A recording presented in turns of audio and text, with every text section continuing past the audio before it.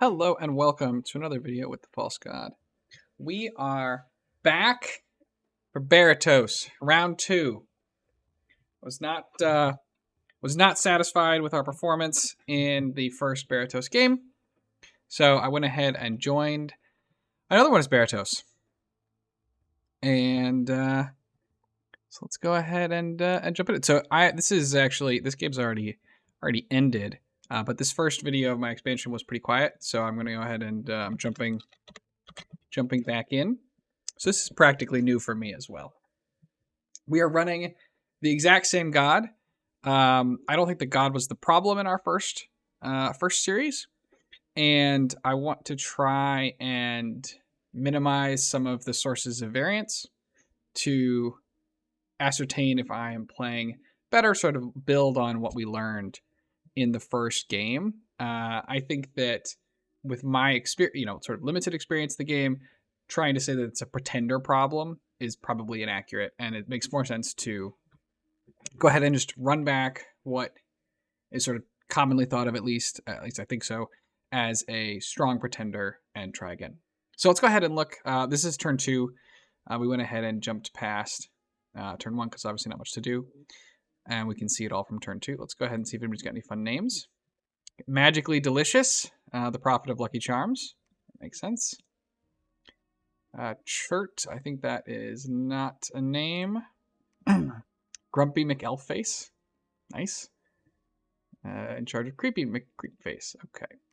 Niflheim is Big Guy, the Jotunhearse. That is generic. I honestly can't remember if I successfully renamed somebody. No, I did not. That's my bad. And also not done. So about half participation. Could be worse.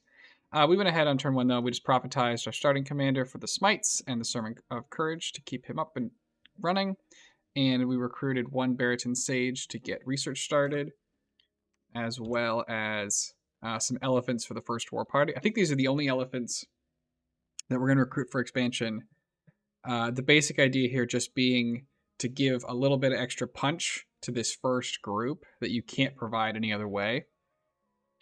So we've got the starting army is basically these guys. We recruited, I think, an extra this dude and we're going to put some archers in here with the elephants to help their morale out. So we're going to put archers right behind our spearmen, or actually our swordsmen. They're going to fire, and then the elephant group is going to come in a box formation on the wing and attack. And we're going to do Sermon of Courage, hopefully hitting both groups to keep morale up, particularly the elephants, and then just spam smites. Pretty straightforward. And we're going to start recruiting a Beryton Priest and our Colossi Warriors. Probably going to need about 5 to 10 Colossi Warriors to expand, so we're going to be, this game, trying to expand more aggressively with our Colossi, and with the Beryton Priest leading them and using imps, using summon imps.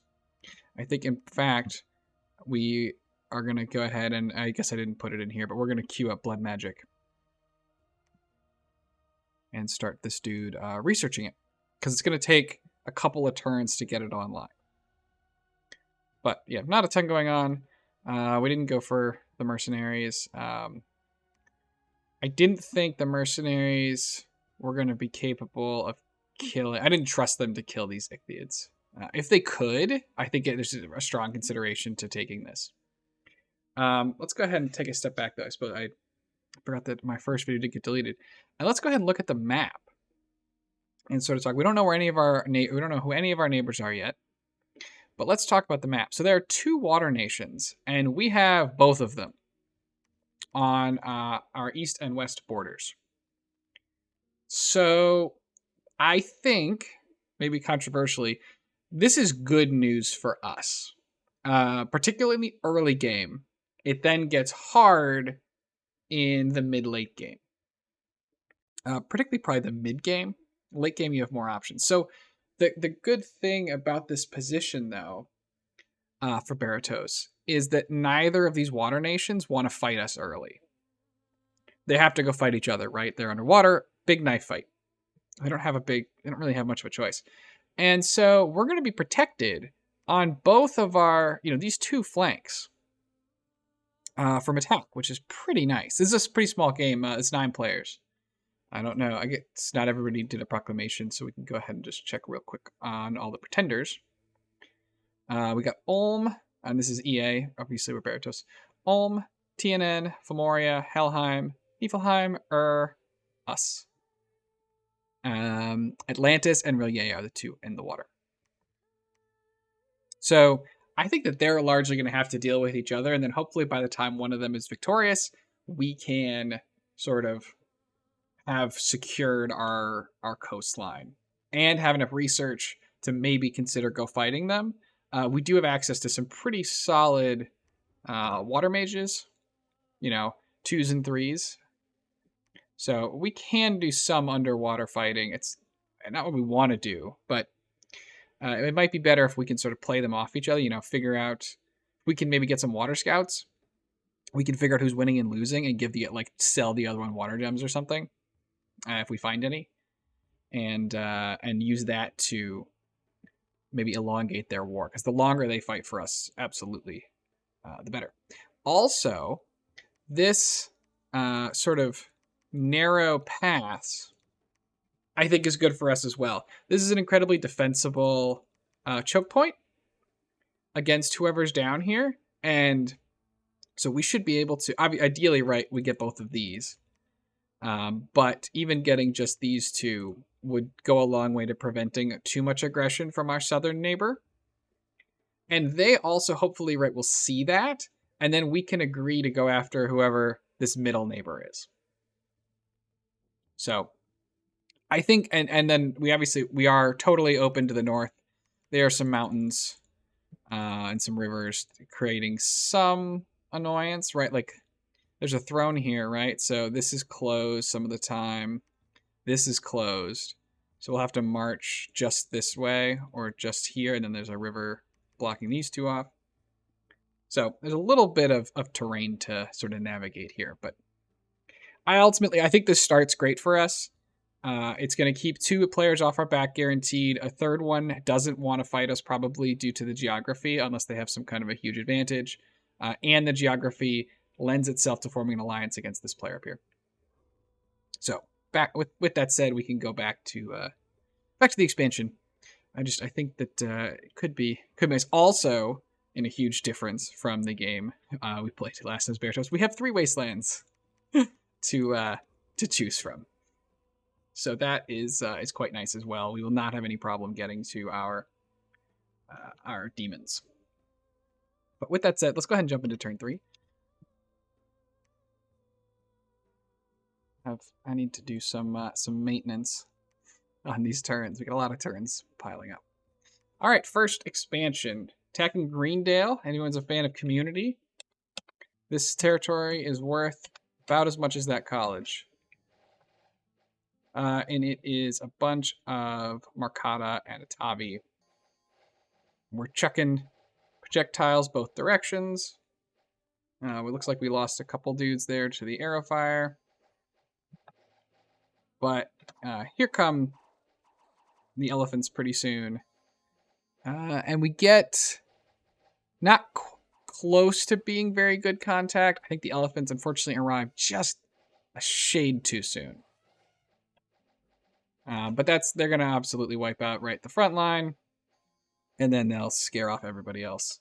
So that was pretty... Oops. Oh, I guess we just got injured. We didn't lose anybody. Nice little lossless first expansion, although I wonder if some of our war elephants maybe got afflicted. We also caught a witch and killed her, and she misfortuned Greendale. So yeah, this is pretty much the start of Greendale. It doesn't get better for this territory. It also has an inkpot end. So that's fun too. And it diseased one of our elephants. So he's at half HP, and that's not coming back. So that's great. It's, nothing you can do about that. You can't even tell. It doesn't, I don't believe Inkpot End gives off death scales, so it just sort of is what it is. And we've got a death site. And so now what I said about our approaches to the north start to look a little thinner, because we probably don't want to march troops through this death site. So that's going to either mean going around, which takes a long time, or our only option being sort of up the gut here, or spreading our heat scales to make these mountains passable is also a longer term solution. With regards to what we're recruiting, we recruited one Beryton priest last term. We're recruiting some more and a bunch more, putting a bunch more gold into these guys. We're also recruiting this militia because that's what we had the resources for, just to stand with the Beryton priest. He can, I think arrows, if you're in the same square, are like 50-50 on who to hit. So he's kind of like having a, like a half a body ethereal or something. Just to help maybe soak up some arrows that come my way. In terms of, we're not gonna send out a group yet though, just because I think we're gonna keep recruiting them maybe next turn. But right now we only have like 2 guys. I guess we didn't look at the bless because it's the same as my last game, so you could check out the video there. But if you want to just pause, we've got attack, magic weapons, shock, poison, defense, undying, strength, blood surge, combat speed, and a bunch of undead leadership. Just a lot of defense is the main bit here, a little bit of attack. So it's definitely more stats bless. Our only real resistances are a little bit of shock and a lot of poison to really help out early game. And then the undead leadership is going to help us with our demons a lot. Strength and blood surge will also make our guys pretty effective against sort of more mediocre stuff. So we're not going to be sending a second party out, just the same, just the first party. Now, our options are we could go and fight the Bakemono in this cave, which we probably would win. Can be a little dicey. When you're in the cave, that darkness hurts a lot. And there's nowhere to go from here, right? This is currently blocked. This is going to be in this guy's cap circle. And this has a river. So if we went here, we'd have to come right back down next to our capital. So we wouldn't really be working to encircle very much. This is Bone Tribe. I don't want to run into the Bone Tribe yet. Not with this group. They could definitely die. War Elephants. I don't want to fight War Elephants. Oh, look. 10 enemy units. Heavy Cav, I have found, are actually not too hard to take with your first party. If you gave them elephants, the Heavy Cav tend to smash into your infantry, kill however many guys they have, and then they get run over by the elephants. I found it's one of the best uses for the early elephants is actually sort of efficiently trading into this cavalry. So I think we're going to do that. Barbs are totally fine. I think they're a little dangerous, but we have a decent amount of arrows, and there's not a ton of them. But getting this province helps, gives us access to all of these, and is, one that's 2 away to help secure this border, and looks like it's going to be a big, important farm tile, or I guess not farm, but plains with a lot of population. These land tiles, right, are technically within, so the capital should be here of our water neighbor, and so these are sort of within their cap square, as I've called it. But they're a filthy underwater nation, and they have another underwater opponent they have to deal with. So I am fully intending to take these if possible. I don't know. I'm not gonna, if I take this and see that they're already on here, I'm not just gonna like wander in. But long term, I intend to take these. I'm not gonna let the water person hold on to them for long. Looking this way, we have heavy infantry and archers, wolf tribe, and some more heavy cav and militia. So that is going to be it for turn 3. Let's go ahead and jump to turn 4.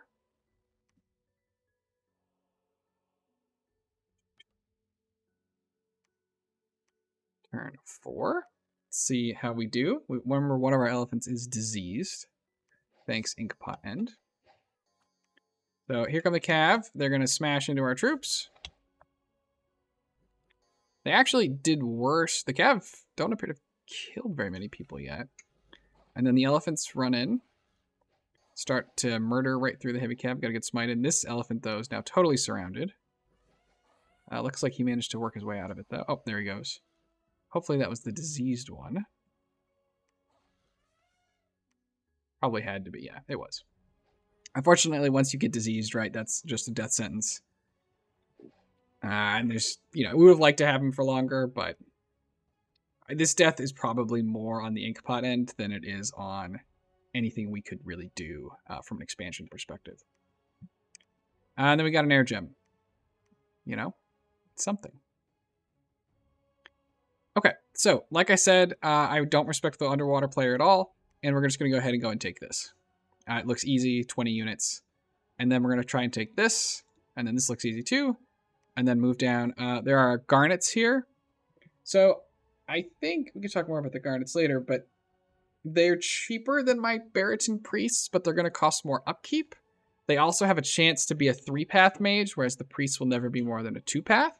So I go ahead. I think I'm going to end up recruiting a decent number of them, but I want to use them in place of the priests sometimes where possible as like communion or like Sabbath slaves, right? Because they're going to potentially have a little bit more paths, and they are cheaper up front with more upkeep. So better to use them up first. But we're going to go ahead, and wander over here and take this from the poor underwater player. And it's EA, so we still can't tell who it is. Oh yeah, I did send my scout north. Is our northern neighbor. To be honest, this is probably great news. While Berytos is known as rush bait, is not much better. And I think that some of the diplomatic angles we sort of talked about may play into our factor, or may play into our favor. So we're going to go ahead and take this, and we're going to send a group to take out these heavy infantries and archers. So we're sending out 7 colossi and 1 Beryton priest. I believe we don't have blood yet. We're going to get it next turn. So I sent him with some blood slaves, but I think that these units are going to be weak enough that he's going to be able to take them out no problem. And then we'll either press on here or look to come back and use the imps to help us take out these heavy cap. But we should be able to take these 30 out with 7 Berytons, no problem. And then the key thing, as we all saw from last time, is the best way to lose this party is for him to get sniped.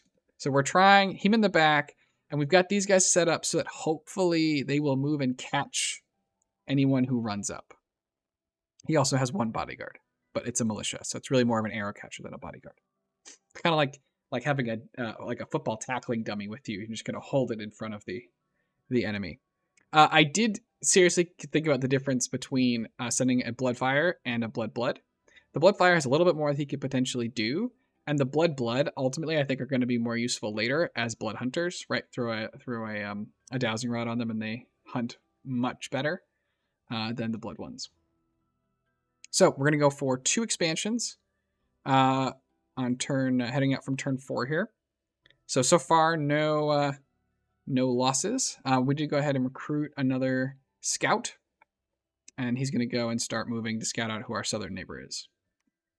And this guy's just sort of busy moving about. So, yeah, we're going to finish Blood, and then we're going to go up to Conjuration 3. Not much at Conjuration 1 or 2 that we particularly care. Obviously, like Storm Power is great, but not going to be useful at Conjuration 2. But 3 is going to give us Phoenix Power. It's going to give us Earth Power. It's going to give us the Lesser Elementals, which could be really helpful in a First War. Power of the Spheres. Let's see. Some of our unique spells that we absolutely can't cast. So it's I like just getting the early elementals out to help us a little bit. And in terms of other research, right, we start with Enchantment 2, Thou 1, and Evocation 1, which is pretty nice. Some goodies we can sort of move into. I don't know what spells we have this guy on. Just blessings. I don't think he's got much that he could actually cast. Yeah, just darts. So, and he is on conservative magic, magic gems. So I don't believe that there's any chance he'll try and bleed the enemy. So going for 2 parties, and we're recruiting up as many more Berytons as we can muster. I accidentally hit end turn. Okay, good. Go ahead and jump into turn 5.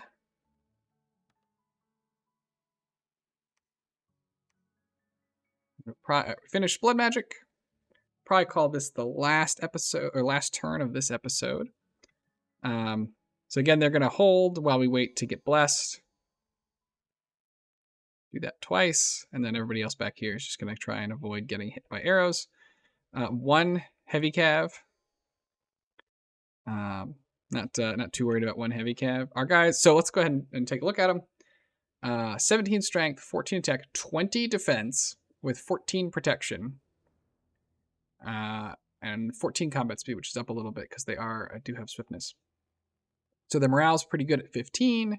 Their MR is nothing good to write home about, but not going to matter for expansion. And so this 20 defense is going to do a lot of work against this guy's 10 attack, right? Huge. He's going to have a very difficult time breaking through. We could even go, what is it, F1? Oops, click. Yeah, 16 versus 29. He actually hit the Colossi Warrior on the shield for 0 points. Attack roll 22 versus 23. Okay, so he failed the attack, but hit the shield, but didn't get anywhere. So, and then one of our guys is now blood surged. It's not that guy. It's this guy. 20 strength, 17 attack, attack, defense, strength, and reinvig. 20 defense. Why does he only have 20 defense? They already have 20 defense. Not sure. Oh, now it's 21. Maybe he was in some way otherwise bothered, but now they're going to charge in.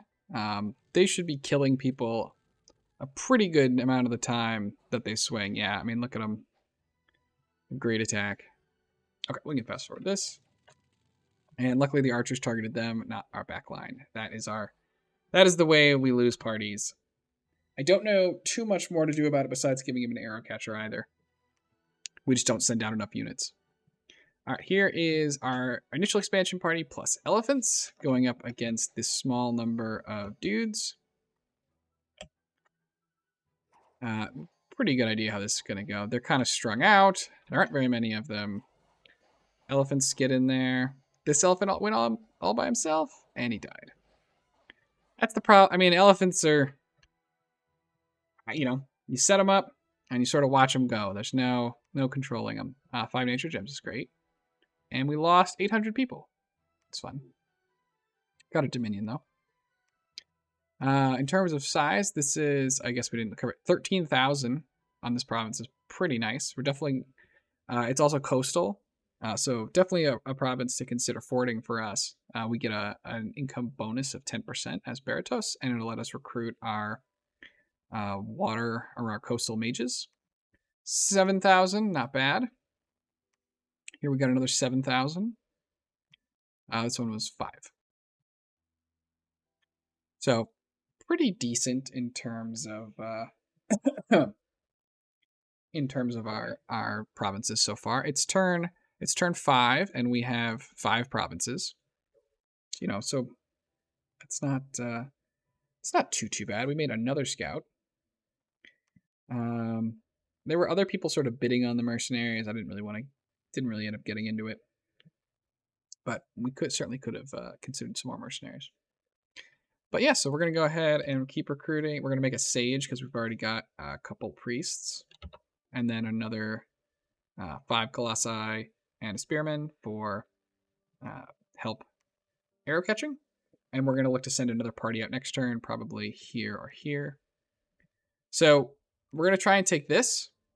From here, though, we have nowhere to go. We're not going to take the throne. This is someone's cap square, and there's a river cutting us off. So this group's definitely going to go here, and then it's probably going to have to wander back, and then it'll probably go here. So there'll be some question of, do I want to try and take this out earlier to open up what might be here, or go here and then have this group be efficient on its way back? Like we could send this party north or something. So, and there's actually lots more barbarians here. It's a good thing we didn't attack 80 this turn, so probably closer to 50 or something, based on the earlier scout report. But yeah, so we're back for Berytos round 2. I'm super excited. It's a really fun nation, and I don't think I quite did them justice the first time. I've done more expansion testing. I like our starting position. We are going to see how it goes. So thanks everybody for joining me, and I hope to see you for the rest of the series. Have a great day.